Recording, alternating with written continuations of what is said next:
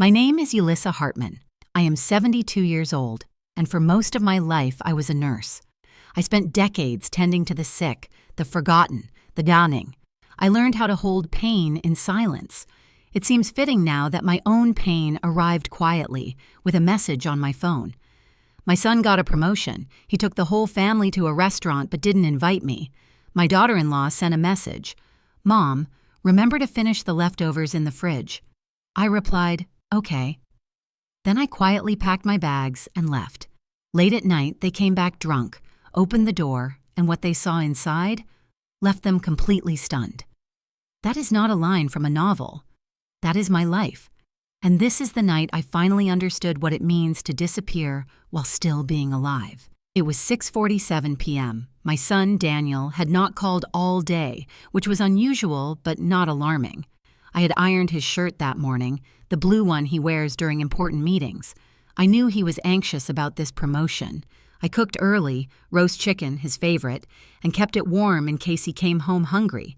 That was before I knew I was no longer considered home. At 7:12 p.m., I received the first photo. Daniel standing at a long restaurant table, dressed in a tailored suit, smiling like a boy who had just climbed the tallest hill. Around him, his wife, Marissa, her parents, her sister and brother-in-law, even their little niece, everyone raising glasses, proud, toasting. I searched the table out of instinct, perhaps for a seat left empty. There was none. 1 minute later, the message came. Marissa, "Mom, remember to finish the leftovers in the fridge." That was it. Not "wish you were here," not "we'll celebrate with you later," not even Daniel got promoted. Just leftovers. I stood in my kitchen, still holding the dish towel. The chicken I had made for Daniel sat untouched on the stove. Next to it, slices of ham I had prepared for Leo, my grandson, lay drying on the plate. Ham that once was considered the best part of the meal now looked like scraps no one bothered to throw away. I typed a single word back, "Okay." Not because I was fine, not because I agreed, but because people like me are trained to respond gently, even when bleeding. I walked to my bedroom. I opened the bottom drawer. There, beneath old sweaters, was a small folded cloth, a white linen handkerchief hand-stitched with the word "home." I made it 15 years ago, the night before Daniel's wedding. I had embroidered it as a blessing, something he could carry, something to remind him that no matter where he went, he had a mother praying for his safe return. He never took it. He never saw it. I sat on the edge of my bed. My hands did not tremble. My heart did not race. I felt something deeper than anger, an absence, the kind of emptiness that does not shout. I opened my closet and took out a small suitcase. I placed the handkerchief on top. No clothes first, just the handkerchief. Then a nightgown, a coat. Painfully practical, as women like me are trained to be. I returned to the kitchen. I turned off the stove. I covered the roast chicken. I left the lights on, and on the refrigerator, I placed a note. Nothing dramatic, no accusations. "Gone for a few days. Food is in the fridge. Take care of Leo." I didn't lock the door behind me. I didn't slam it. I didn't cry. I simply stepped out. The night felt unusually thin. The wind did not carry sound. Every step I took down the porch felt like I was walking out of my own obituary. Hours later, near midnight, they returned. I was already miles away. I was told later that Daniel fumbled with his keys at the door, laughing at first, then calling out my name once his laughter faded. Then he saw the note. On the fridge, the ham, the cold chicken, the open silence, and the house, for the first time, felt colder than my absence. What they saw was not a crime scene. It was something worse. It was a life that had withdrawn itself. I imagine Daniel stood there with his promotion still fresh in his chest, asking himself, when did she leave? But a better question would be, when did we stop noticing she was here? This is not a story about running away. This is the story of a woman who finally stopped staying. That night, when the door clicked shut behind me, it wasn't just a sound. It was an ending. And unknowingly, it was the beginning of my first true breath in 72 years. People believe mothers are born knowing how to give. But before I ever became a mother, a wife, a quiet figure at the back of family photographs, I was simply a girl with a needle in her hand and dreams stitched into every thread. I was not always a shadow in the kitchen. I once dared to imagine my own future. I was born in a mill town in Ohio, where winters froze the pipes and summers softened our resolve. My father worked long hours at the lumber yard, and my mother mended clothes for neighbors at our kitchen table. By 12, I could hem a skirt and darn a sock. By 15, I could tailor a dress from old curtains. I used to keep scraps of fabric hidden in a shoebox, my private palette of colors. Back then, I dreamed of studying fashion, maybe even opening a small boutique with my own name on the door. But dreams are like delicate fabrics. They tear easily. I met Ulyssa Hartman when I was 19. He walked into my mother's mending room, holding a torn Navy uniform. He was tall, with the quiet dignity of a man who had already seen too much of the world. A U.S. A Navy electrician on shore leave asked if I could fix the sleeve by morning. When I pricked my finger on the needle, a drop of blood stained the thread. He smiled gently and said, "Even seams bleed, so long as they hold." I laughed. It was the first time anyone had spoken to me about brokenness without pity. We married a year later in a modest church with creaking pews. I wore a handmade dress, ivory cotton with lace I hand-sewn along the hem. My father cried. My mother whispered, "You are a good girl. Good girls make strong homes." She meant it as a blessing. I took it as a vow. Walter was gone at sea for months at a time. Our letters crossed oceans. I waited for the slow, careful script that said, "My dearest Lyssa." I signed mine, "Your safe harbor."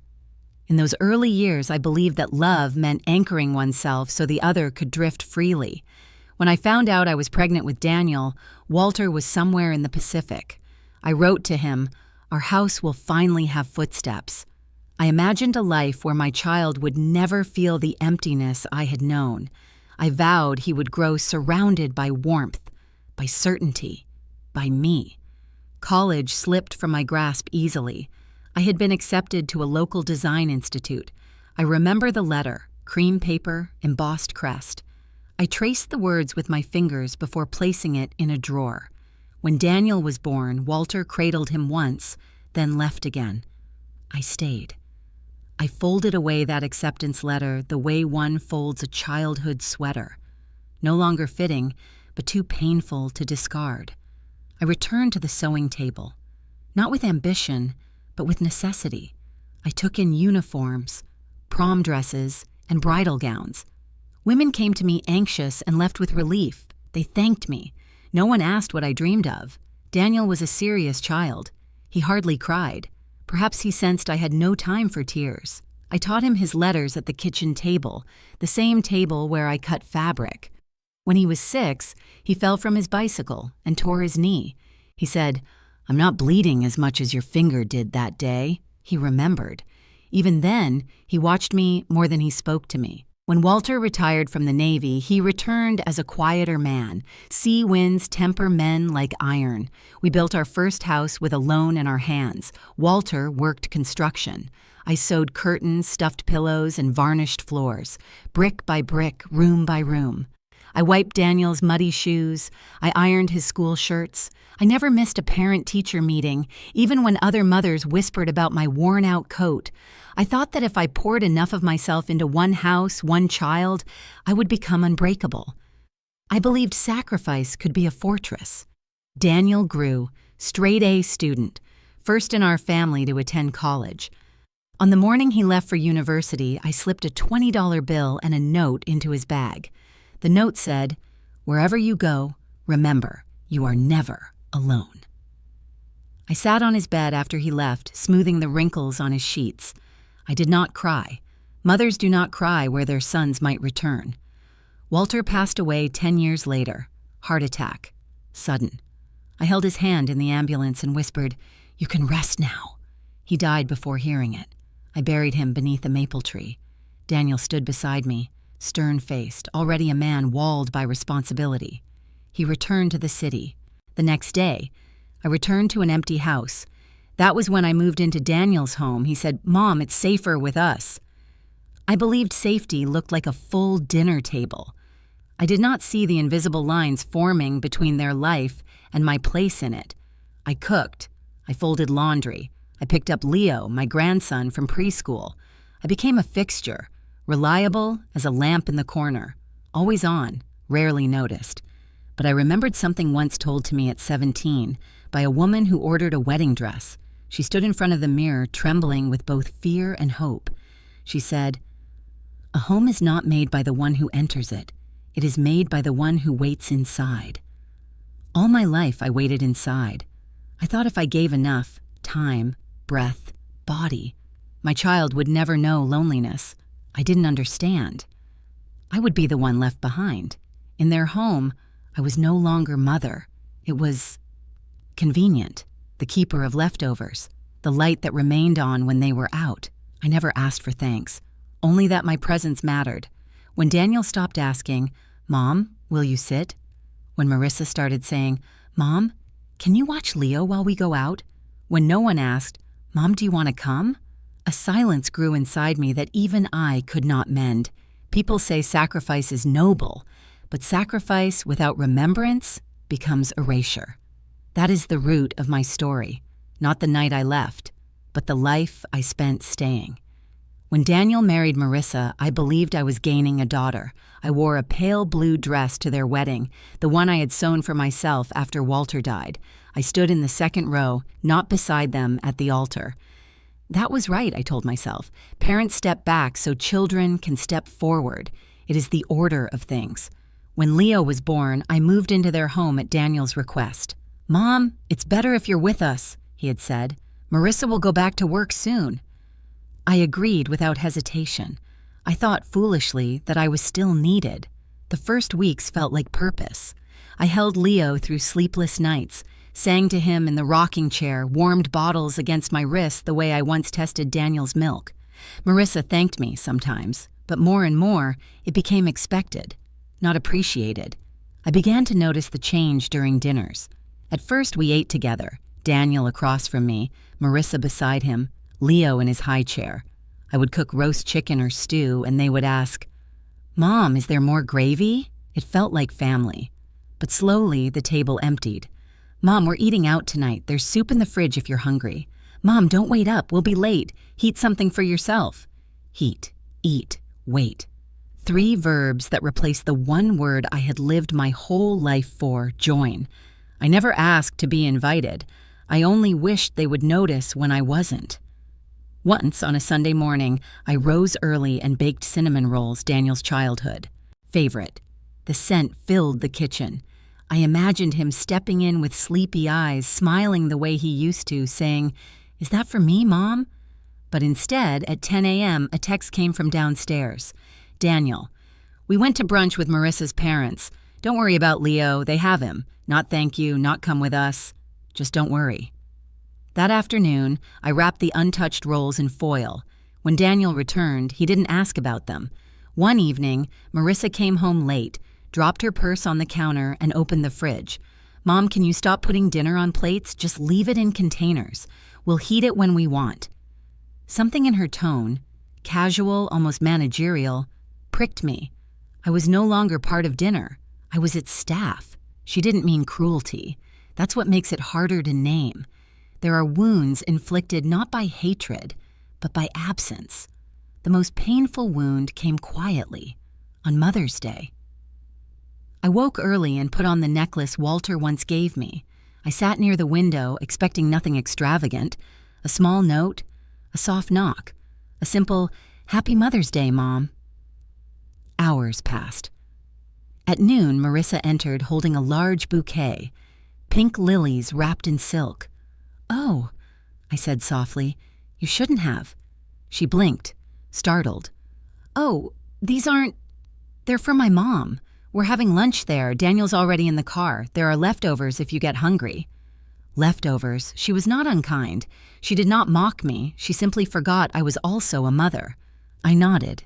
She left. The door closed. I heard laughter fade down the driveway. I sat alone at the table, the silence louder than any argument. I looked at my hands, hands that had held Daniel's fevered forehead, stitched his uniforms, packed his lunches. I whispered to no one, "I am still a mother." Later that night, Daniel returned, a store-bought greeting card in his hand, blank inside. "Mom, I forgot today was here." He handed it to me without meeting my eyes. I took it. I thanked him. Because that is what mothers do, even when the apology arrives empty. People ask, is that ungratefulness? Or is it simply distance? I do not know. I do not accuse. I only recount. There is a difference between being unwanted and being unseen. Unwanted wounds. Unseen erases you. I remember sitting in the living room months later, Leo crawling into my lap. He pressed his ear to my chest. "What do you hear?" I asked. He whispered, "A drum." I smiled. "That's my heart." He shook his head gravely. "No, it's footsteps." He was right. For years, I had been the footsteps others walked on, quiet, steady, always there. I told myself that was love, that invisibility was service, that if I gave enough, they would never feel alone. But I didn't know. I would be the one left behind. That truth did not arrive in one moment. It gathered like dust in corners, in missed invitations, in forgotten holidays, in flowers delivered to another mother while mine remained unwatered. It is tempting to blame Marissa or Daniel, but I have learned that neglect rarely comes with evil intent. It comes with assumptions, assuming mothers do not need gestures, assuming presence is owed, assuming love, once poured out, never runs dry. The hardest part was not forgetting. It was that I had made myself so necessary I became invisible. I fed their lives but starved my own. That night, many nights before I left, I heard them laughing downstairs, wine glasses clinking. Leo was asleep, his small hand curled around my thumb. I held him, rocking gently, while their joy floated around me like music from a party I was never meant to enter. I did not cry. I pressed my lips to Leo's hair and whispered, "One day, may you see the hands that hold you." Is it disloyal to wish that? Is it ungrateful to long for recognition? Some will hear my story and say, that is not cruelty, it is just modern life. Others will whisper, no, it is forgetting the one who once was home. This is the part people skip when they speak of motherhood, not the giving, the disappearing, and it happened long before I packed my bags. The night Daniel received his promotion did not begin with conflict. It began with pride. I remember standing at the kitchen counter that morning, kneading dough for his favorite rosemary bread, thinking, he made it. My son made it. I imagined us sitting at the table, just the three of us, Daniel, Marissa, and me, raising glasses not with champagne, but with simple gratitude. By late afternoon, I had roasted a chicken, seasoned the potatoes, and set aside a small dish of peach cobbler. I ironed a tablecloth, the one stitched with tiny blue flowers. It felt like a celebration, even if it was only for us. At 5:42 p.m., my phone buzzed. Daniel, don't wait up. Big dinner tonight with the team. It might run late.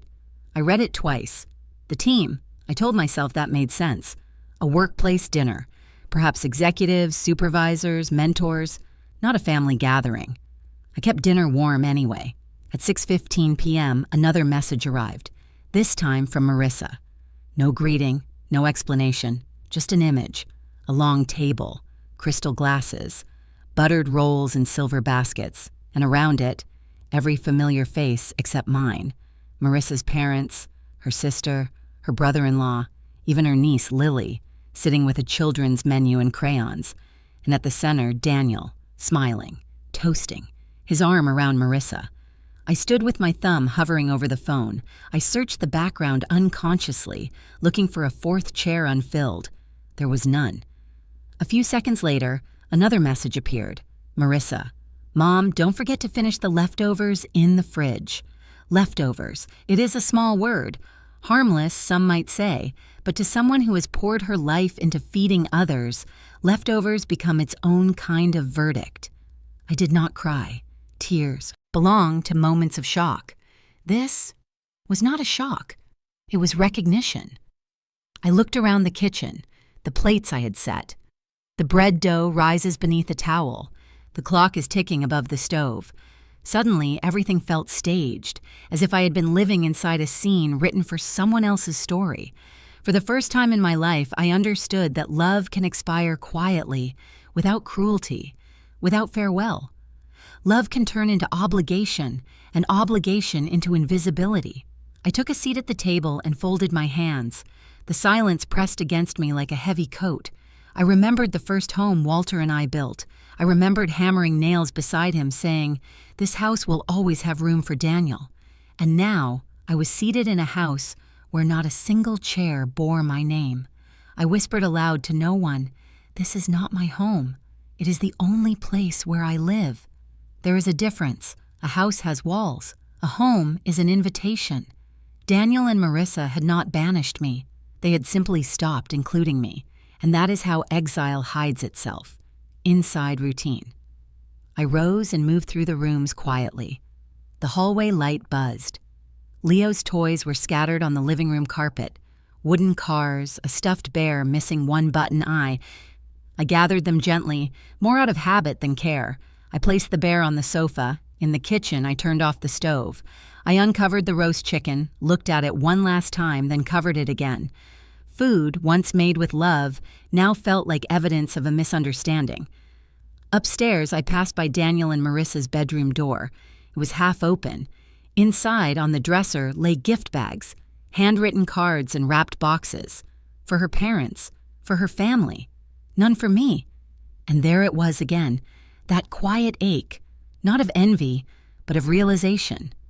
Realization that I had become extra, not hated.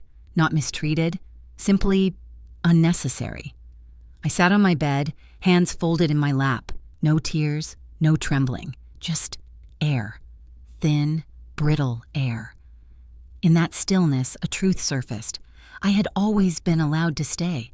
I had never again been asked to belong. People say cruelty is loud, shouting, insults, doors slammed, but the worst cruelty is silence, the kind that erases. Not wounds. You cannot argue with silence. I looked at the clock, 9:04 p.m. Somewhere across town they were laughing, toasting, exchanging stories. No one would ask, "Where is Mom?"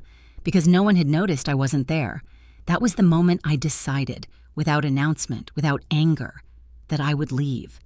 Not to punish, not to prove anything, but simply because I no longer recognized myself within those walls. I opened my closet and retrieved the small suitcase. I unfolded the white linen handkerchief embroidered with home. I pressed it to my chest, not for comfort, but for remembrance. I placed it in the suitcase first. When I closed the suitcase, my fingers brushed against a framed photograph on my nightstand. Daniel at 8 years old, holding up a drawing he made. Our family under a roof with the word home in crooked letters. I touched the glass. That boy knew me. This man had forgotten. I stood. I looked around the room. The lamp, the chair, the wardrobe. Things that belonged to me but no longer reflected me. When I reached the front door, I paused. Not to reconsider, but to remember. This house once echoed with Daniel's first steps, his laughter, his fevered nights in my arms. This house had known my prayers, my whispers, my waiting. But a house without a welcome becomes a corridor, a station, a waiting room for ghosts. I did not leave out of fury. I left because love, unreturned, must not become self-erasure. As I turned the knob, I said one final thing, not aloud but inwardly, to the Ulyssa I used to be. You build homes for everyone else. It is time to build one for yourself. And I stepped out. The night air greeted me, cool and thin.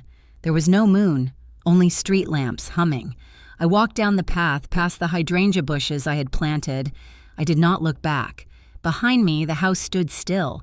It would take hours before Daniel and Marissa returned. They would open the door expecting warmth, light, perhaps a plate on the counter. Instead, they would find absence. Not a message, not a scandal, just the space where I used to be. And only then would they ask, when did she leave? But a better question would be, when did we stop noticing she was here? I did not leave in anger. Anger wants an audience. I wanted none. I wanted only to remove my body from a room that no longer knew my name. I started in the kitchen where I had spent most of my life. The roast chicken had cooled beneath its lid. The rosemary bread rested beneath a towel like a sleeping animal. I lifted a pen from the junk drawer and a square of paper the color of eggshell. I wrote 3 lines, steady as a nurse recording a pulse. Gone for a few days. Food is in the fridge. Take care of Leo. I read the note once, not for grammar, but for mercy. No accusations, no history lessons, no second paragraph. I pressed a small magnet shaped like a lighthouse over the paper and listened to the click as it caught. The noise felt like a seal on a quiet treaty. I washed the one plate I had dirtied and wiped the counter dry. I stacked the bread in a container and labeled it with a strip of tape. Old habits do not resign easily. Then I opened the refrigerator and placed the roast chicken on the middle shelf, the way I do when I want Daniel to see it first. The ham slices went into a clear box next to Leo's yogurt. I stood there with the cold settling on my hands and thought, this is the only language I am fluent in, provisions and placement. In the hallway, the floor creaked at the same plank it always had. I knew this house by sound. I knew its coughs and whispers, the moaning of the heater when winter pressed its mouth to the windows, the cheerful clicking of the ceiling fan in July, the shiver of pipes at dawn. A mother knows a house as a violinist knows a favored instrument. She draws music from it until the song belongs to others. I went to my room and carried the small suitcase to the bed. I folded 2 nightgowns, a cardigan, and the soft socks I kept for cold nights. On top, I laid the white handkerchief embroidered with home in blue thread. I did not pack photographs. I did not pack jewelry. Objects that insist on remembrance are heavy. I needed to be light. As I zipped the suitcase, my eyes fell on the picture of Daniel at 8, holding his wobbly drawing of our family beneath a triangle roof. The letters HOME marched above us like a small parade. I touched the glass and told the boy inside, "Your mother is stepping out for air. She will not be gone long, but she must learn how to breathe." Downstairs, I checked the front door for drafts, a habit I never learned to break. I straightened the rug by the entryway. I moved Leo's tiny sneakers to the side so the door would not catch on them. Goodbyes are sometimes just skilled tidying. I turned off the kitchen light and left the lamp in the living room on low. The room looked gentle that way. I wanted gentleness to greet them even in my absence. On the sofa, the stuffed bear with the missing button eye sat propped against a cushion. Leo hated waking to find his bear on the floor. I pressed the bear's little ear a moment and whispered, "Help him sleep." The air outside had the clean chill of a late-season evening. Hydrangeas nodded along the walkway. I had pruned them last week. I placed my suitcase upright and locked the door behind me. The key slid from the deadbolt with a sigh. The metal felt cool in my hand. I set it in the clay bowl by the stoop where we keep spare keys, the place everyone looks when they cannot find what they need. The street was quiet. Porch lights kept vigil without asking whom they watched for. Somewhere, a radio murmured a song from a decade I loved. I walked to the corner, and with each step, the house behind me became a softer outline, as if sketched in pencil rather than ink. I did not look back. Looking back is for those who doubt. I had no doubt left in me, only decision. At the bus stop, an advertisement glowed for a beach vacation, all sunlight and teeth. An older man in a wool cap sat 2 benches down, tapping his cane in a rhythm that matched the evening. He glanced at my suitcase and then away. People can smell departures. Politeness keeps them from naming it. A bus came and went. I did not board. I watched it kneel, hiss, rise, and slide away like a seal on wet stone. I wanted the small mercy of stillness before motion. I wanted my feet to memorize the ground before I asked them to forget. I took out my phone. I tapped open our family thread, the one with photos of Leo and reminders about milk. I typed, then erased, then typed again. Words gathered, heavy with either too much or too little. I closed the app and put the phone back in my bag. My note on the fridge would be enough. If words heal, they must be clean. A rideshare driver pulled up and rolled down his window. "You need a ride, ma'am?" His face held the neutral kindness of someone practiced in brief human crossings. "Yes," I said, "to Pine Street, the old neighborhood." He nodded and lifted my suitcase with a care that made me want to bless his mother. As we drove, the town peeled back in layers. The new coffee shop with windows like a gallery, the library where I taught Leo to whisper between shelves, the small park where Daniel once learned the geometry of a baseball diamond. We passed the church with the creaking pews where Walter and I promised a life we could not predict. I felt those vows in my bones. Keeping promises is not the same as keeping addresses. The driver did not speak again. I watched streetlights feather the dashboard in pale gold. Outside, people moved through rooms where my name meant nothing. The thought comforted me. Most of the world survives without us. It is a relief to admit it. At a red light, a young couple crossed in front of the car. The man held a takeout bag aloft. The woman carried a bouquet of supermarket tulips. For a second, I saw myself at 19, walking beside Walter on shore leave, his uniform jacket slung over his arm. I whispered, "No one taught us the verb for staying when the other person is gone. We had to conjugate it alone." We turned onto Pine Street. The houses here were smaller, closer together, their porches like open hands. The driver pulled to the curb outside a narrow 2-story building with a maple tree that leaned toward the roof like a parent over a crib. Paint peeled in the same places it always had. I fished for the key I still carried on a ring that had grown too heavy with attachments long past due. "Do you need help, ma'am?" the driver asked. "I have it," I said. He set my suitcase on the sidewalk, gave me a brief nod, and drove away. The street absorbed the sound of his engine the way a quilt absorbs breath. I stood at the gate and listened to the wind moving through the maple. I could hear the small rustle of last year's leaves tucked against the fence. Houses remember what we forget. A porch step groaned as if clearing its throat to greet me. I placed the suitcase beside the door and let my hand rest on the old brass knob, cool as a coin pulled from a fountain. I did not enter yet. That would be another part of this story, another room of this night. For now, I wanted only to stand on the threshold and measure the distance between two kinds of quiet, the quiet of being alone and the quiet of being unseen. The first is shelter. The second is winter. Somewhere back across town, a key would turn. The lamp I left would cast a low circle. Daniel would call my name, light at first, then heavier, as if the syllables had gained weight. Marissa would say it will be fine, and open the refrigerator. She would see the chicken labeled, the bread stacked, the note held under the lighthouse magnet. "Gone for a few days. Food is in the fridge. Take care of Leo." Would they be angry that I left without asking permission? Or would they feel something more dangerous to denial? Would they feel the outline of my absence press against their ribs? The question is not whether they loved me. Love is easy to claim. The question is whether they noticed me. If you are listening to me now, perhaps you are forming your own question. If it were you, would you have stayed? Would you have waited for a different message? Would you have gone to the restaurant and stood at the door like a cold breeze? Or would you have done what I did, turned off the stove, wrote 3 lines, and stepped into the night? I do not offer you a moral. I offer you a threshold.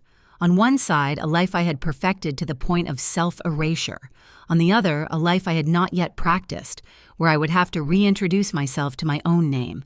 I lifted the key toward the lock and paused, not from doubt, but from a simple human need to honor the moment. I had left so many times to serve others. Tonight, I left to meet myself. Behind me, the town kept breathing. Ahead of me, a door waited that had never learned how to refuse me. I turned the key. The sound it made was small and certain, a click no louder than a heartbeat when you place a child's ear to your chest and tell him what a drum can mean. If it were you, would you go? Or would you stay until even your silence began to starve? The lock turned. The door yielded. The old house breathed me in. I stepped across the threshold and felt the floorboards register my weight the way a body recognizes an old scar. Dust lifted in the hallway like a soft curtain. Air that had been holding its breath for 3 years loosened against my skin. I set the suitcase in the foyer and waited, listening, the way nurses listen in the seconds after a monitor goes quiet. This was the first roof Walter and I ever owned. We signed the papers with ink that bled a little, laughed in the parking lot like teenagers, and came home to a porch that leaned as if it were shy. Now the porch leaned still. The maple outside combed the windows with its fingers. The house had been empty since I moved in with Daniel.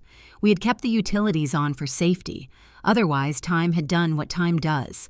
It had folded the rooms into itself. I walked to the living room. Furniture slept under white sheets. Their shapes were recognizable, like saints beneath linen veils. I lifted one cover and found our old blue sofa. The cushion still held the slight dip where Walter used to sit. I pressed my palm there without thinking and felt something like a pulse against my memory. The kitchen had not changed. My recipe cards still lived in the tin box labeled flour in my own careful handwriting. The stove was clean. Walter always said a clean stove is a sign of faith. I opened the pantry and found 3 jars of jam that were surely old enough to vote. I smiled at the foolishness of leaving sweetness behind, as if sweetness could wait for us. In the back bedroom, sunlight fell like a steady hand. Walter's jacket hung on the closet door, the navy one with the frayed cuffs. I ran my fingers along the fabric. It crackled faintly. There were 2 pairs of his work gloves on the shelf. The right glove still pinched where his ring had stretched the leather. I did not put them on. Holding them was enough. I opened the window a few inches. Fresh air crossed the room like a quiet guest. I inhaled. This time my breath reached the bottom of my lungs. I realized I had not done that in a long time. In Daniel's house, I had learned to breathe in shallow ways, enough for function, not enough for life. The doorbell startled me. It chimed with the same mild surprise it always had, as if asking, "Is this necessary?" I wiped my hands on my skirt and went to the front door. "Ulyssa Hartman," a voice called, wry and warm. "If you are a ghost, you picked a good day to haunt me." I opened the door to Mildred Avery. She lived across the street in a tidy white bungalow with green shutters. Widow, church alto, collector of ceramic birds. Her hair was the color of storm clouds after they decided to be kind. She held a brown paper bag in one arm and a cane in the other, though she used the cane more as a metronome than a necessity. "Mildred," I said, and the name felt like a blanket. "I saw your porch light breathe," she said, stepping inside without waiting for the ceremony. "And when a porch light breathes, I come with bread and judgment in equal measure." She set the bag on the counter and produced a small loaf wrapped in a tea towel, a jar of pickles, and a bouquet of grocery store daisies that had the right to be brighter than they were. "We keep rituals even when we pretend we do not need them," she said, unfurling the towel like a magician. We boiled water for tea. While we waited, she scanned the room with pragmatic eyes, measuring the dust, the corners, the grief. "You look thinner," she said. "I look more honest," I answered. Mildred's mouth tilted. "Both can be true." We sat at the kitchen table without turning on the overhead light. The late afternoon was enough. The house listened to us with gratitude. I told her I had left Daniel's place for a few days. The words did not require adjectives. She nodded, not in surprise, but in understanding. "My Harold died 6 years before your Walter," she said. "The first year alone, I thought the silence would swallow me. I kept a radio on in every room and spoke to the kettle so the kettle would not think I was ungrateful." She sipped and considered me. "There are kinds of loneliness that do not kill you. They teach you how to live." Her sentence settled in the room like a piece of furniture that had always belonged. I felt its shape. "I think this is that kind," I said. She placed her palm over mine. Her hand was cool and steady. "Then you're in a school for the brave," she said. "And you, Ulyssa Hartman, have always been an excellent student." We cleaned in companionable silence. I lifted sheets from furniture while she stood guard with the cane and pointed at renegade cobwebs. She made occasional commentary for the benefit of the house. "You were missed," she told the mantel. "You have behaved," she told the stove. I vacuumed in the back room while she polished the picture frames on the hallway wall, speaking the names of our dead, as if names are a kind of oil that keeps memory from rusting. At dusk, we opened the front door and sat on the steps. The world smelled like cut grass and distant rain. The maple whispered, a child laughed somewhere, a dog agreed with no one in particular. Mildred broke the bread into 2 halves and handed me the larger piece without pretending it was fair. "What will you do?" she asked. Not nosy, simply factual. "Sleep in a bed that remembers me," I said. "Maybe unpack the suitcase in the morning. Maybe breathe for a whole minute without planning anyone's dinner. And after that, I do not know yet," I said, "but I think I will begin by being a person." She considered this as one might consider a good hymn. "That is a scandalous plan," she said. "I recommend it." The streetlights blinked awake one by one. A neighbor carried a bag of groceries inside. Someone watered a row of tired peonies. Mildred told me about the community center's calligraphy class that met on Thursdays. "They say it calms the hands and gives the mind something to hold that is not a worry," she said. "You always liked words. Perhaps make them beautiful again." The idea landed softly and then began to glow. In the hospital, I used to copy medication names onto charts in neat lines. The steadiness of it satisfied me. Maybe steadiness could be for beauty, not only responsibility. "You do not have to decide tonight," she said, hearing me think. "The body needs time to remember it is not an instrument, it is a person who plays." When she rose to go, she put her hand on my cheek the way women do when they are past the age of apology. "If you wake in the night and the dark talks too loudly, my porch light will be speaking back," she said. "We are not young, Ulyssa, but we are not done." I watched her cross the street, steady as the weather. I stood in the doorway for a long time. Then I went inside and closed the door. The house accepted the sound with a low hum. I turned off the hall light and made a nest on the freshly revealed sofa with a quilt from the linen closet. I did not turn on the television. I lay on my side and watched the room become shades of blue. My breathing found a rhythm that did not belong to anyone else's schedule in through the nose, hold, out through the mouth. The kind of breathing nurses teach new mothers when the pain is work and not injury. The kind of breathing I had not claimed for myself in years. I thought of Daniel, not as the man at the head of a long table, but as the boy with skin knees who slept better when I hummed low songs that had no words. I thought of Leo, his small hand a starfish on my shoulder. I thought of Walter in his navy jacket, telling me a home is faith made visible, and of how I had mistaken being a home for everyone with having one of my own. The clock in the hall ticked politely. Pipes whispered. The house did not lecture. It only held me. I placed my hand on my chest and felt the drum Leo once named. Footsteps, he had called it. Tonight, the footsteps were mine. I inhaled again. This time the air reached places in me that had gone private. I did not fill the emptiness with tasks. I let the emptiness be a room. I let it teach me how to live. Before sleep took me, I spoke softly, not a prayer, not a plan, only a sentence that fit the dark like a good blanket. I am still here, and I will learn how to be. I was not there to witness the night they returned, but a house that has held you most of your life has a way of telling its story. Neighbors speak. Children repeat things they hear. Silence leaves traces when broken. In this way, I learned how my absence entered the rooms I once filled. It was close to midnight when Daniel and Marissa came home. According to Mrs. Jenkins next door, their headlights swept across the driveway too fast, as though hurrying dissolved lateness. Their laughter was loose, wine soft, unburdened. They assumed I would be waiting, light on, stove warm. But the porch was dark. Inside, the first thing Daniel noticed was the absence of smell. My cooking always lingered, rosemary, thyme, cinnamon, even after the meal was finished. That night, the air was still. No bread cooling, no stew thickening, just quiet. The kitchen light was off. The counters are empty, the stove is cold. He must have called out, "Mom?" Not loudly, more an afterthought. When the house didn't answer, he turned on the light. That's when he saw it. On the refrigerator door, beneath the lighthouse magnet, my note. "Gone for a few days. Food is in the fridge. Take care of Leo." 3 lines. No more, no less.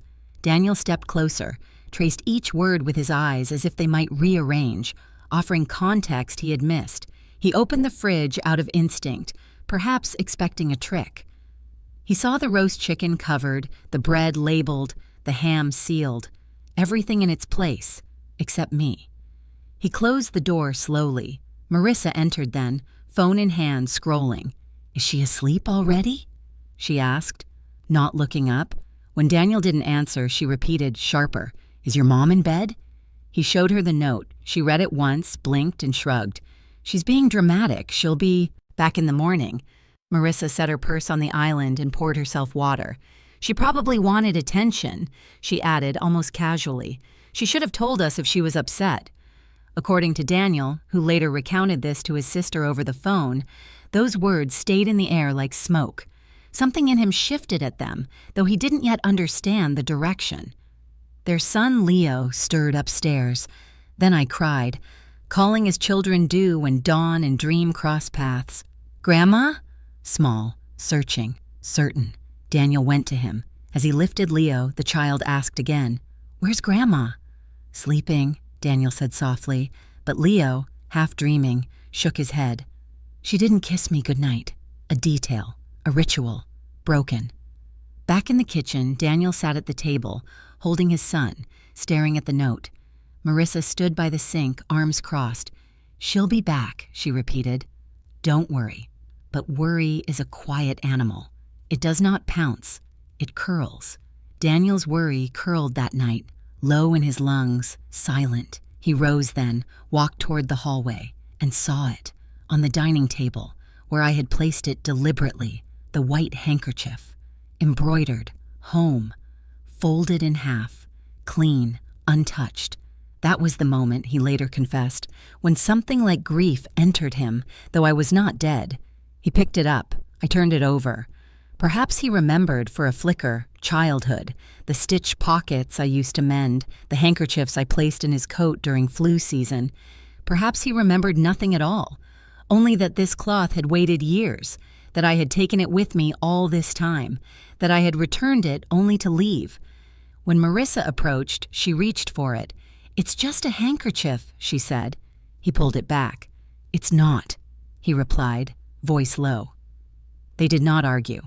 There are silences heavier than arguments. Leo reached for the handkerchief. "Grandma's?" he asked, holding the fabric to his cheek. Daniel did not answer. They searched the house then, not out of fear, but disbelief. My room, bed made, lamp off, drawers closed. Bathroom, towel folded, cup drained, toothbrush gone. In the laundry room, they found one empty hanger where my coat had hung. No goodbye, no alarm, no demand, just order, the kind of quiet that unsettles more than noise. It was 2 a.m. when Daniel called my phone. It rang beneath the nightstand in my old bedroom. I had left it behind. No voicemail, no text, only ringing. A question placed into absence. He called again and again, each time unanswered. I imagine Marissa standing in the doorway, arms now unfolded. "She'll be back," she insisted, softer. Daniel, staring at the refrigerator, whispered, "What if she doesn't?" At 3:10 a.m., Daniel texted his sister, Rebecca, "Have you heard from Mom?"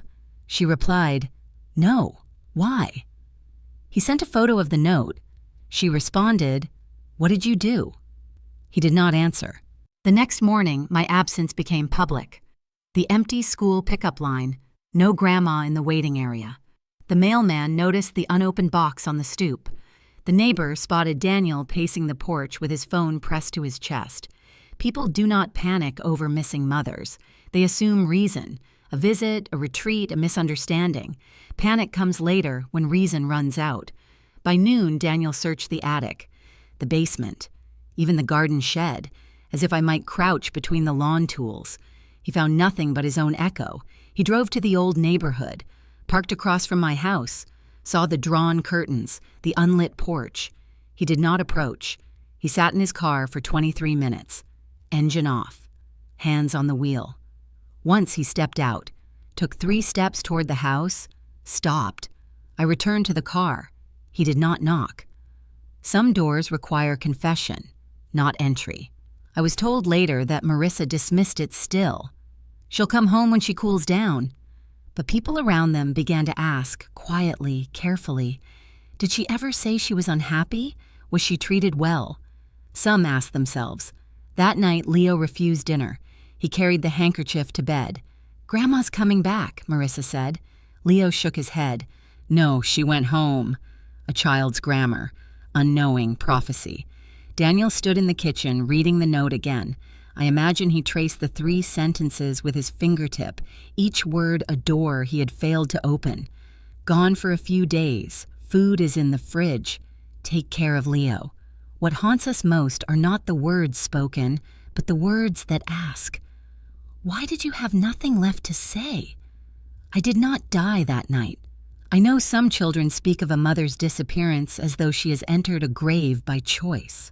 But I did not crawl into darkness. I stepped toward the air, toward something I had not felt in many years. I was returning, not to the past, but to someone I had once abandoned, myself. The morning after I left, I woke to birdsong instead of obligation. No schedules, no footsteps overhead, only the groan of the old house settled around me like an armchair, remembering its sitter. I made tea in the chipped blue mug Walter once called indestructible and sat by the window. For the first time in decades, I asked myself a question I had never been permitted. What do you want for breakfast? It startled me. I had always eaten what was left over, what remained after serving others. But that morning, I stood in my own kitchen and boiled 2 eggs. I buttered toast. I salted the eggs exactly the way I liked. Too much for Daniel, not enough for Marissa, just right for me. I sat at the table and ate without hurry. Bittersweet tears nudged at my throat, not from sorrow, but from recognition. The body we forget to feed eventually forgets hunger. I spent the next hours walking. Nothing aimless, more like surveying a landscape I had surrendered long ago. I passed the bakery where Walter once bought me pies on Sundays. The clerk, gray-haired now, lifted a hand. "Haven't seen you in years," he called. "I've been busy," I replied. He nodded, as though busyness were a known affliction. I walked past the park. Children swung on the same creaking swings Daniel once soared from, shouting, "Look, Mom, no hands!" I watched the trees lean toward them, patient. Mid-morning brought me to a brick building near the library, the Maplewood Community Center. Its notice board advertised knitting circles, poetry nights, and Tai Chi classes. A paper flyer, slightly curled at the edges, caught my eye. Calligraphy. Thursdays at 2 p.m., for hands that remember and minds that need stillness. My own hands, once capable of stitching names into cloth, trembled, not with fear, but anticipation. I went inside. The center smelled faintly of lemon polish and old pages.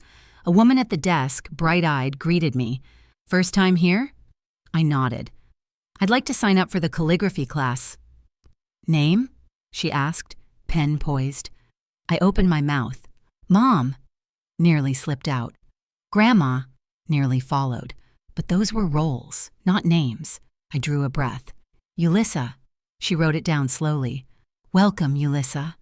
I had not heard my name spoken by a stranger in years. It landed not on my ears, but on my spine, a reclamation, small but seismic.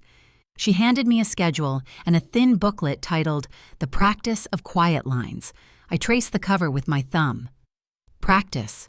I knew that word. I had practiced patience, practiced silence, and endurance. Perhaps now I could practice presence. That afternoon, I returned home and cleared the table in the back room. I laid out paper, ink, and an empty cup for water. I opened the booklet. The first page read, "Before writing any word, breathe. A name written without breath is only letters." I set the brush and ink. My hand shook, then steadied. I wrote the first stroke, then the second, then paused. On the page, I formed each letter deliberately. Ulyssa, not perfect, not even straight, but mine. I felt something inside me shift, not heal. Healing is too neat a word, more like realign, as bones do when freed from a long dislocation. I practiced daily. Black ink on white paper became prayer. Each line demanded presence. Each curve forgave tremor. There is a mercy in tasks that require both control and release. At night, I sat on the porch. Sometimes Mildred joined me, bringing ginger snaps and opinions. She did not ask when I would return to Daniel's house. She knew better than to ask a woman rebuilding her name if she planned to return to her absence. "Grief is when someone dies," she said once. "But what do we call it when someone leaves themselves behind?" "Recovery," I said. Mildred smiled. "Then you are in convalescence." On a Wednesday, I passed the mirror in my hallway and saw someone unfamiliar. Standing straighter, eyes not searching, hair brushed not, for approval, but comfort.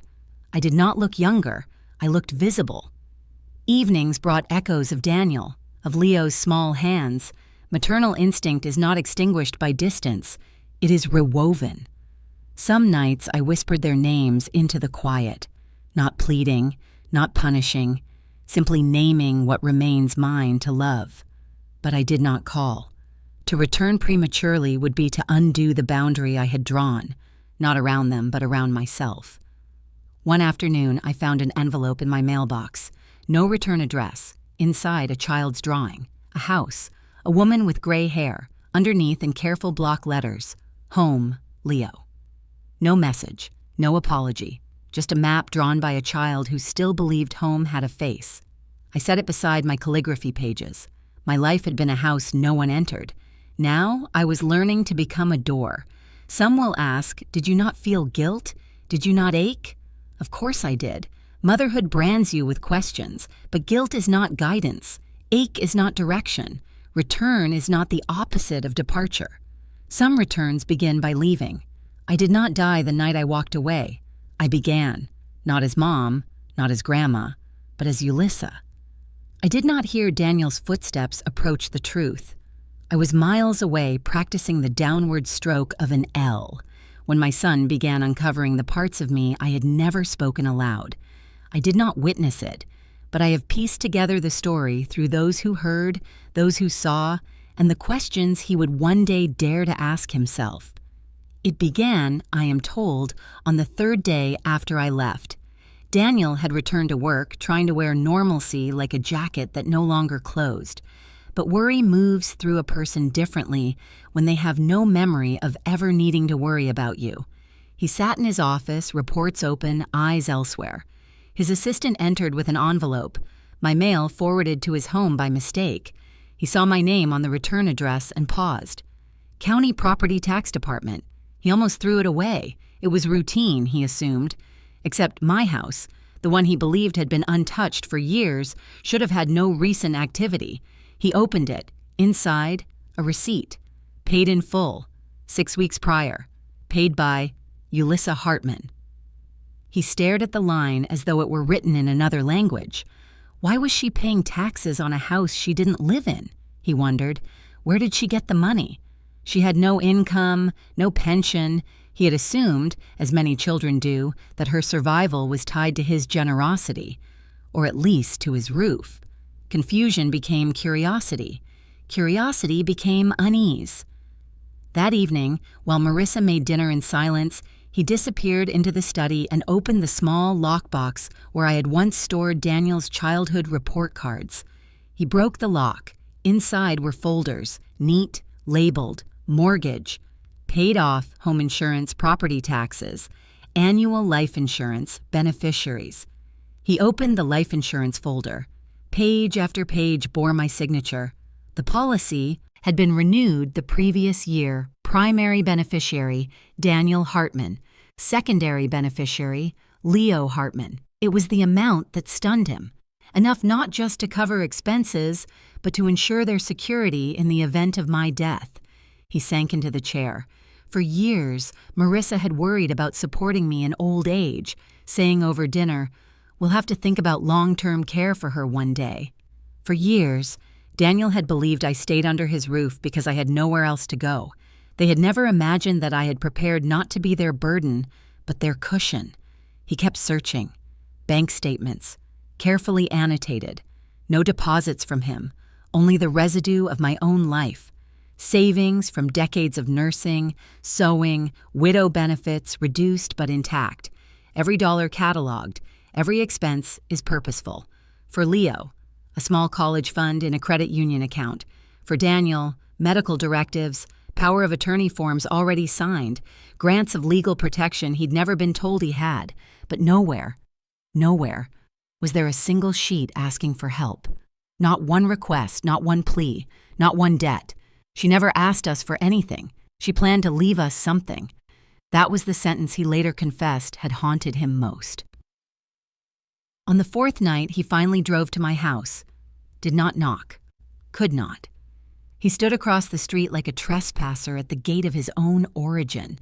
He told Rebecca later, "I thought she left because she was angry." Then he added, quieter, "But she left because she had already given everything." He did not cross the threshold. Some doors require more than keys. They require acknowledgement. I knew nothing of this at the time. I was at the community center, my brush steadying in ink as I learned to write patience in kanji. The instructor, a soft-spoken woman named Mrs. Chen, placed her hand lightly on my shoulder and said, "In calligraphy, pressure creates darkness, release creates light. Too much pressure, the stroke bleeds. Too little, it vanishes." I thought then of all the pressure I had spent my life applying to myself, the darkness it had created, and how now I was learning to release. That night, I took out fresh paper and wrote a sentence I had never dared give voice to. I never wanted to be cared for. I only wanted to be seen. The brush did not tremble. Back in their too-large home, Daniel lay awake. Marissa beside him, arms crossed in the dark. Silence, thick as unspoken debt. "Why didn't she ask us?" she muttered. He answered what I had always known but never said. She shouldn't have had to. He rose, went downstairs, opened the fridge, the roast chicken now dry, the bread untouched, the note creased by his repeated reading. He placed the note on the table and sat before it like scripture. "Gone for a few days. Food is in the fridge. Take care of Leo." He traced the final line. "Take care of Leo, not of yourselves, not me, but of him." The only request I dared leave. At that moment, so I was told, Daniel cried. Not loudly, not dramatically. A grown man bending forward, face in his hands, like a boy who has broken something he cannot replace. Marissa entered and froze. "What are you doing?" He lifted his head, eyes reddened. "She didn't leave because she was hurt," he said. "She left because we never saw her." Marissa scoffed. "She could have spoken." "She did," he whispered, "just not in words." I was not there to witness this, yet I felt something loosen in me that night, as though absence itself had delivered a message my presence never could. You do not need to die to become a memory. Sometimes you only need to leave the room without explanation. People often ask me if I regret not explaining myself, if I regret not writing a longer note. I do not. Explanations are for those who are listening. I wrote 3 lines for those who were not. That was the truth my son found, not in my voice, but in my records, not in my demands, but in my provisions. I never needed their money. I never asked for their care. I only asked presence. And when even presence could not be given, I gave them my absence. Thursday arrived the way a calm tide reaches shore, not loudly, not slowly, simply certain. At 2 p.m, the community center hummed with a quiet energy that felt like chapel air before a hymn. I wore the white calligraphy smock they kept on a peg by the door. Soft cotton, faint ink shadows like old constellations. When I tied the sash, I did not look like a housekeeper. I looked like a woman about to begin. Mrs. Chen arranged the long table with brushes and felt mats. Beginners filtered in, shoulders high from habit, eyes soft with hope. Mildred claimed her favorite chair and tapped the paper's corner with her cane as if blessing the page. On the wall, my practice sheets from the week, Ulyssa in black strokes, were clipped to a wire. The letters did not line up perfectly. They did not need to. They were true. "Today," Mrs. Chen said, "we practice 2 things, the structure of the character for listening and the practice of listening itself." She smiled at me. "Both require breath." I stood at the front to help demonstrate, a volunteer assistant for the hour. I breathed in, a simple thing that still felt like a victory. I dipped the brush and drew the first stroke. Down, decisive, then lifted. I spoke softly so the paper could hear, so hands would not startle. Let the line arrive. Do not drag it. Place it. The door opened behind us. The air shifted. The room noticed. I did not turn. The brush was mid-arc, and commitment is a line you complete. I set the stroke, lifted the tip, and placed the brush on its cradle. Then I looked up.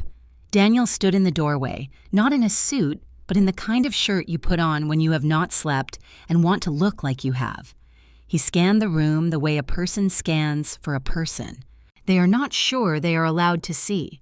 His eyes found me at the table, found the smock, found the brush, found the clean hush around my name pinned to the corkboard. Something in his face, pride, confusion, grief, flickered and could not choose a single name. He stepped forward. "Mom," he said, and the word landed like a question laid gently on a bed. I didn't know. I kept my voice even, not cold, not performing mercy, simply alive. Because you never asked.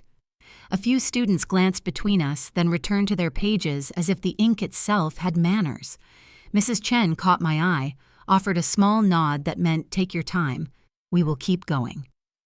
Mildred at the back folded her hands and looked at me like an usher who knows when to open the side aisle. I set the brush to soak and removed the smock, not hiding what I had become but making space for speech. I gestured toward the hallway. "We can talk outside," I said. We stepped into the corridor where framed photographs of community events lined the walls. In one photograph, a row of elders raised paintbrushes like flags. In another, hands cradled clay bowls the way farmers hold first harvests. The center smelled of lemon oil and fresh paper. I stood with my back to a sunlit window, so he could see my face clearly. He had not looked at it this way in years. He spoke first, words tumbling, then choosing order. "I went through your files," he said. "The taxes, the insurance, the college fund for Leo, the directives. I didn't know you had done all of that. I didn't know anything." "You knew I lived in your house," I said. "You knew I cooked, cleaned, walked Leo to naps. You knew I stayed quiet when your work called for late nights and when Marissa called my calm a convenience. You did not know me." He flinched. Not dramatics. A muscle learning the truth has weight. "I am sorry," he said.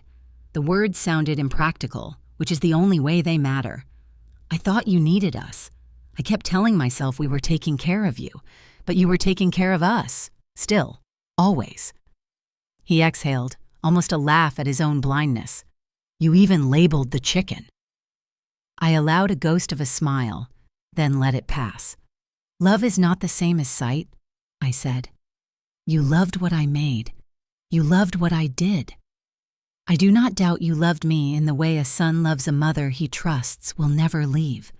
But that kind of love is a room with 2 chairs. Only one is ever occupied." He pressed his fingers to his eyes, lowered them. "I keep hearing Leo ask where you are," he said.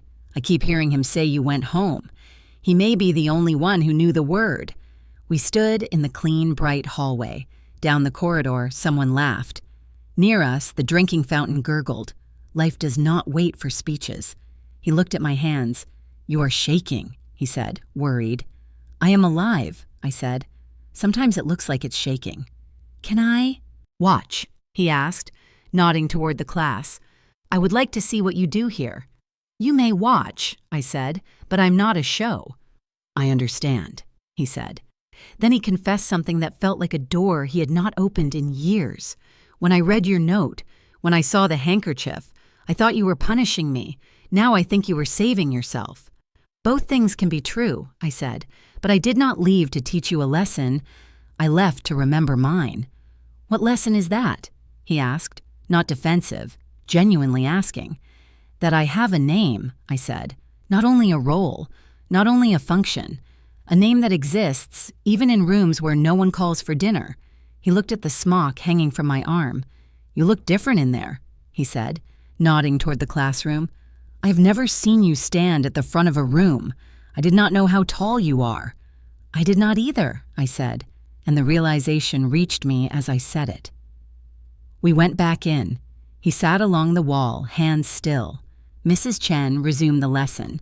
I demonstrated the character for listening. Ear, eyes, 1, heart.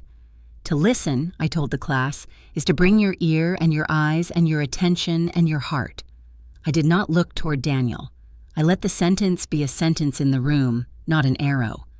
When class ended, students drifted out with soft thanks and folded papers that trembled just enough to prove they were made by humans. Mildred shuffled by, tapped Daniel's shoe with her cane, looked him in the eye. "Your mother is not fragile," she said. "She's precious. These are different." Then she nodded to me, a private benediction, and left. Daniel approached the table. He picked up one of my practice sheets. The letters of my name were still drying to matting. His voice lowered the way voices do in museums. "I want to learn," he said. "If you will let me." "You want me to teach you calligraphy," I said. "I want you to teach me how to listen," he said. "If that begins with ink, I will hold the bottle." A younger version of me would have rushed, would have accepted before the request finished forming, would have already planned sandwiches for after. The woman in the smock did not hurry. I folded the sheet and handed it to him. "Take this," I said. "Place it on your refrigerator. Do not move the magnet for other notes. Look at it for 1 week, then come back." He nodded, relief and patience braided together awkwardly. A new rope, not yet smooth. We walked to the front doors. Afternoon light warmed the foyer. Dust hung like gold in water. He cleared his throat. "Marissa wants to apologize," he said carefully. "She says she spoke from a place of fear. She's worried about money, about image, about losing grace in rooms she cares about. She asked me to say she can be better. She can choose to be different," I said. "Better is a judgment, different is a practice." He absorbed that, stood straighter. "We want you to come to dinner," he added, almost shy. "No speeches, no questions, just dinner we cook. You can leave at any time, arrive at any time, sit in any chair." "I will think about it," I said. "Not punishment, boundary." "May I bring Leo to see you this weekend?" he asked. "He drew you a picture of a house with a sun in the window. He said the sun lives where you are." "Bring him Saturday at 10, I said. "We will make toast the way I like. He will pretend to hate it. Then he will ask for a second slice." Daniel laughed, the old laugh that used to fall out of him when a kite finally caught wind. He reached for a hug, stopped, asked with his eyes. I allowed it, brief, not because I owe, but because I choose. He stepped back and wiped his face with the back of his hand, embarrassed by what no one judged. At the door, he hesitated. "Mom," he said quietly, "if I am too slow to change, if I forget, if I fail you again—" "You will," I said. "That is a human sentence. It does not end here. When you fail, ask. When you forget, ask. Asking is a bridge. You never asked." I tilted my head toward the classroom. "You see the character for listening. Ear, eye, 1, heart. It is a good map. Use it." He nodded, held the paper with my name as if it might warm his hands. He stepped outside, paused on the mat, turned back once, not to claim me, to memorize me. Then he walked into the afternoon, not healed, not forgiven, not condemned, simply on his way. I watched the door close, felt my own breath settle like ink finding fiber. In the empty room, I tied on the smock again, lifted the brush, approached a clean page. For a minute, I did nothing, wholly nothing before the first line. Then I wrote the word Daniel, careful, balanced, the way I wish him to be. I pinned it beside my own, 2 names on 1 wire, not hanging, resting. I whispered into the bright quiet, not a promise, not a threat, only a direction. We begin again by asking. It was the following Saturday morning when Marissa came. I had set out a small plate of toast triangles and apricot jam for Leo and me. He had gone outside with a watercolor kit to paint the courtyard squirrels. Daniel had not arrived yet. I heard no knock, only the low murmur of voices at the entrance of the senior center, then the receptionist calling softly, "Mrs. Hartman, there's someone asking for you." I knew before I turned. There are footsteps we memorize even in resentment. Marissa stood at the threshold of the common room, her hands clasped so tightly her knuckles went pale. She wore no makeup, her hair pulled back without precision. Something in her face looked younger and older all at once, like a painting stripped of varnish. "Ulyssa," she said. Not mom, not mother, just my name, as if she wasn't sure she was allowed to use it. "Can we talk?" I motioned toward the small bench, near the window. She sat. I did not. I remained standing, not as a wall, but as a line. She began without preparation. "Daniel told me everything, about the files, the policies, the house, about what you said, about not being asked. I didn't know." I folded my hands, calm. "What we don't know is often what we never attempted to learn." She swallowed. "You have every right to be angry." "I am not angry," I said. "Anger burns quickly. This is something slower." She stared at her lap. "I came to say, you can come home now." She looked up, hopeful. "We'll take you back." I felt not pain, but a heaviness, like lifting a box labeled fragile and knowing it contains only noise. I let my breath settle. "I did not leave to be taken back," I said quietly. "I did not leave to be found. I left to be seen." She blinked. The words did not land where she expected them. "I know it wasn't right," she rushed on. "The message I sent, the leftover comment, it sounded cruel, but I was exhausted. I was afraid. You were always there. And sometimes I felt you were silently judging me." "For what?" I asked. "For mothering in a different shape?" She hesitated. "For not being you. A truth, a rare one." "I am not your standard," I said. "I chose my sacrifices. You are allowed to choose yours, but love is not the same as convenience, and motherhood, mine or yours, must not be hostage to usefulness." Tears welled in her eyes, but she blinked them back. "I didn't mean to erase you." "Neglect is rarely loud," I replied. "It whispers in assumptions." She looked away, toward the courtyard where Leo's laughter flickered like wind. "I was raised to believe that a good wife keeps everything together. I thought if I admitted needing your help, it meant I failed. So I expected you to just fill in the gaps. You saw me as a safety net," I said, "but never as someone who could also fall." That pierced her. She pressed her lips tight, nodding once. "I came here today," she said, "not just for Daniel or Leo. I came because I don't know how to fix this, and I need to ask, how do I make this right with you?" I sat then, not beside her, but across, close enough for voice, far enough for clarity. "You begin," I said, "by not fixing, by listening, by accepting that some doors do not swing back on their hinges just because you knock." She inhaled sharply.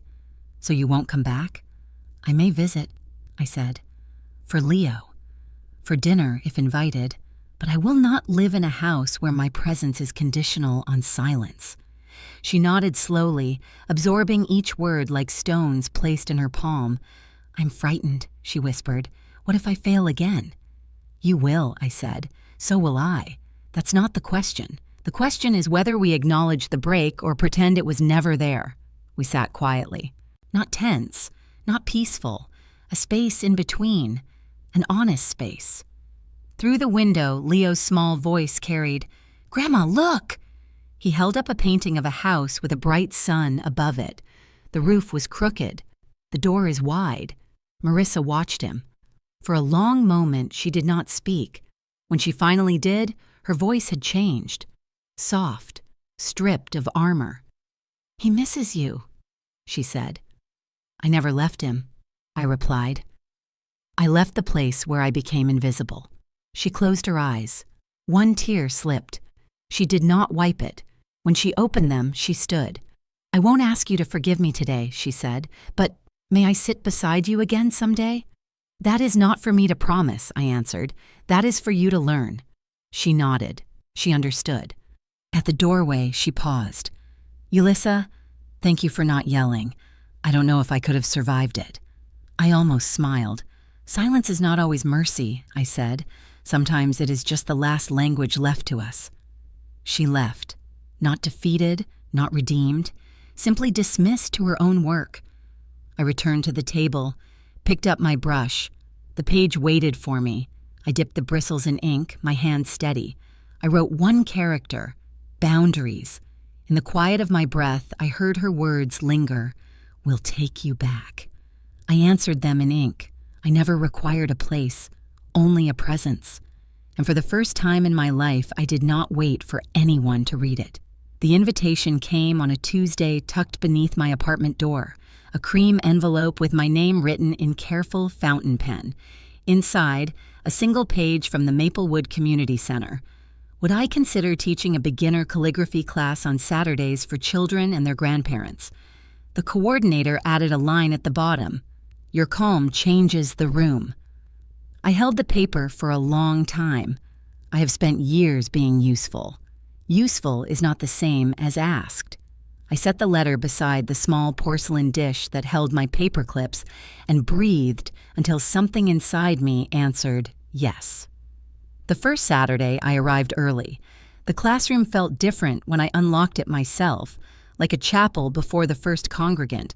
I laid out brushes and small bottles of ink, taped brown craft paper across the tables, set a bowl of water at each station, placed paper towels folded in squares as if I were preparing communion.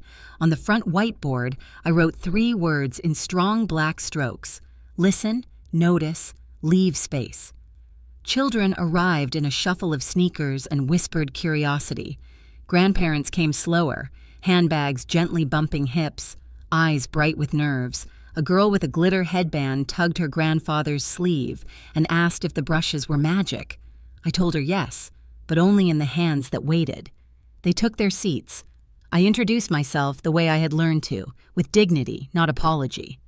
"Good morning, my name is Ulyssa Hartman. You may call me Mrs. Hartman." The children repeated it, Mrs. Hartman, like a small bell rang across the tables. I heard the cadence of respect and it steadied the room. We began with breath. I taught them to place one palm on the paper, one on the ribs, to feel how stillness has shape. Then we practiced the first line. Down, gentle pressure, lift. The children's first strokes were bold, then blotched, then gentled, the way voices learn inside a library. A boy with cowlick hair frowned at his page. His lines staggered like ladders in a wind. I knelt beside him and lowered my voice. "Do not force the ink," I said, "and invite it, place, then trust." He tried again. The line steadied. At the back of the room, Leo slipped in, holding Daniel's hand. They stood just inside the doorway until I nodded. Daniel took 2 seats near the wall. He did not speak. He watched the way a person watches a hearth. Leo waved the small wave children use when they know not to interrupt. Pride flared in me so quickly I had to swallow once, then twice, to keep my voice even. Halfway through, the coordinator entered and whispered that a local reporter was doing a small piece on community programs. Would I mind if she took photos? I looked at my students, little heads bent over white space, old hands holding brushes like birds. "You may," I said, "but be quiet. Quiet is part of the ink." We practiced the character for home. I drew the roof first, a sheltering line, then the body, then the open rectangle of a door. "Home is not a closed box," I told them. "Leave the doorway open on your page and in your life." The girl with the glitter headband raised her hand and asked if homes can move. I said yes, especially when they live inside names. When class ended, the children lined their pages along the tables like small banners. The room filled with a hush. I have only felt at graduations and hospital discharges, the pause before a new status takes hold. The grandparents clapped softly as if sound might disturb the ink. The reporter approached and asked for a quote. I looked at the window, at Leo holding Daniel's sleeve, at the handkerchief folded in my pocket. "Home is not the place where I cook," I said. "Home is the place where someone waits for me to return." The reporter smiled, wrote it down, thanked me. She did not know she had just taken my vow. After everyone left, I stayed to clean the tables. Simple tasks or chapel, too. Leo darted back from the hallway and perched on a chair, swinging his feet, waiting for permission to speak. I nodded. He climbed down and wrapped his arms around my waist. "Mrs. Hartman," he said with a grin, testing the title. "Is it funny if I call you that?" I leaned to his ear. "You may call me Grandma. In this room, you can call me both." Daniel carried a box of brushes to the sink. He rinsed them carefully, laid them on the towel, then turned and leaned against the counter. "I have never seen a room listening to you," he said. "I have never listened to you like that." "I can be heard without raising my voice," I said. "Silence is a sentence when it is chosen." He nodded. "Marissa wanted to come today but thought it might crowd the space. She sent something." He reached into his jacket and took out the white handkerchief embroidered with home, newly washed, edges mended with tiny stitches. He placed it in my hands with care. "She asked me to tell you she understands if you keep it here." I turned the cloth over, felt the firm softness of repaired cotton. The handkerchief had traveled with me through whole climates of love. Now it returned altered, not erased. I pressed it to my heart without theatricality, simply the way you test fabric with body heat. "Thank you," I said. "Tell her I will keep it on my desk. Tell her it is not a flag." We walked out together into the corridor. Parents waited near the front doors. Children wove between knees like minnows. The center's coordinator stopped me near the display case and asked if I would consider a second class, a weekday session for adults who work nights. "We will pay you," she added quickly, as if I might refuse dignity. I said yes, not out of need, out of rightful exchange. On the notice board near the door, flyers fluttered. Grief support on Wednesdays, legal aid on the first Tuesday, a poetry night led by a retired mail carrier. I pinned my own small sign beneath them, calligraphy for beginners, Saturdays at 10, instructor Ms. Hartman. The pin clicked into the cork with the small certainty of a nail-finding stud. Outside, the sky held the soft blue that belongs to hours that are earned. Daniel asked if I wanted lunch, and I said yes. We walked to the diner 2 blocks down, the one with pie that pretends to be ordinary until you taste the crust. We took a booth by the window. He ordered coffee. I ordered tea. Leo ordered pancakes and then watched the door as if pancakes had to travel from far countries. When the food arrived, Daniel reached for my plate out of habit, to cut, to serve, to manage. I set my hand gently on his wrist. "I can do that," I said. He withdrew, smiled. "Let me." He told me about work, not the numbers, the people, a young analyst who writes clean code but apologizes for it, a receptionist whose mother just moved to town and wants to find friends her age. "Send her to the center," I said. "Tell her Mrs. Hartman can place a brush in her hand." Leo pushed his plate across the table. "Try butter and syrup together," he said solemnly. I did. He beamed. It tasted like memory carried on a new plate. After lunch, we walked back toward the center. Outside my building, Mildred sat on the bench in her floral blouse, cane propped beside her like punctuation. She watched us approach with the satisfied look of a gardener whose seeds push through. "You look taller in that classroom," she said. "I approve." "New shoes," I said. She snorted, pleased. Daniel checked his watch and said they should go. He knelt to Leo. "Thank Mrs. Hartman," he prompted. Leo shook his head. "Thank Grandma, Mrs. Hartman," he corrected with a grin. He hugged me, the hard kind children give when they plan to run instantly after. He did. Daniel took a half step, stopped, and turned back. "May I bring Marissa to your adult class when she is ready?" he asked. "Not as a performance, as practice." "When she is ready," I said. "Readiness is a door that opens inward." After they left, I carried the handkerchief into my apartment and laid it on my desk beside the inkstone. Sunlight caught the embroidered word, home, as if the thread held a small, stored dawn. I touched the letters and felt the thin weave under my fingers, the way something mended can be stronger along the seam. I wrote in my notebook, not with flourish, with steadiness. Today I was called Mrs. Hartman by children who had no reason to flatter me. Today my son listened without defending himself. Today a handkerchief crossed a border and did not wave. Evening softened the window. I brewed tea. I set the handkerchief beneath my cup like a small field. When I lifted the cup, there was no stain. I smiled, then stood and pinned the handkerchief above my desk so that the word sat at eye level when I worked. Home, I wrote once more on a sheet of practice paper. Roof, walls, open door. I pinned that page beside the cloth. Across from them, my name waited. Ulyssa, firm, patient. A door is not a rescue, it is an option. I had built a new one. I could step through either way. I could welcome, I could refuse. I could stand in the threshold and bless both sides. Night gathered. Down the hall, the community choir began rehearsal, voices rising and falling like a tide that had learned to count. I blew out the candle on my desk. Before the room fully dimmed, I pressed my fingertips once to the word on the handkerchief and said, not as a line for a reporter, but as a vow I plan to live. Home is not the place I cook. Home is the place someone waits for me to return. Then I turned toward sleep, a woman with a name, a teacher with a room, a mother with a boundary, and I felt the handle of the new door fit my palm as if it had been made for this hand all along. The exhibition opened on a Sunday, the kind of bright autumn afternoon when the air tastes faintly of apples and cooling leaves.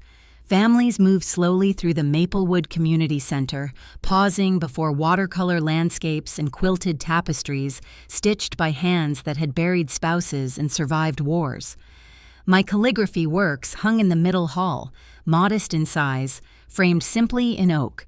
I had chosen 5 pieces. None of them were signed Mom. They bore only one name, Ulyssa Hartman. The hall was crowded, yet quiet in that reverent way people adopt when standing among lives presented without apology. I circulated between the works, speaking when addressed, folding my hands when not. I did not search the doorway, but I felt it when they entered. Daniel first, then Marissa, then Leo. Not hurried, not late. They walked as a family, but I noticed. This time they did not assume I would go to them. They looked for me. Leo spotted me by the home piece, the first of the calligraphies that had traveled from my private journal to this public wall. He darted forward but then slowed, remembering perhaps the rule of galleries and the new shape of me. "Grandma," he whispered. "Hi." I knelt to him. "Hello, sweetheart." His eyes moved to the framed characters behind me. "Did you write that one?" "Yes." "What does it say?" "It says, 'Home is an open door.'" He considered this, then nodded solemnly, as if it answered something he had not yet been taught to ask. Daniel approached next. No tie today, no pretense. He stood slightly behind Leo, not assuming intimacy. "Your work is beautiful," he said. "People are really moved by it." "Thank you.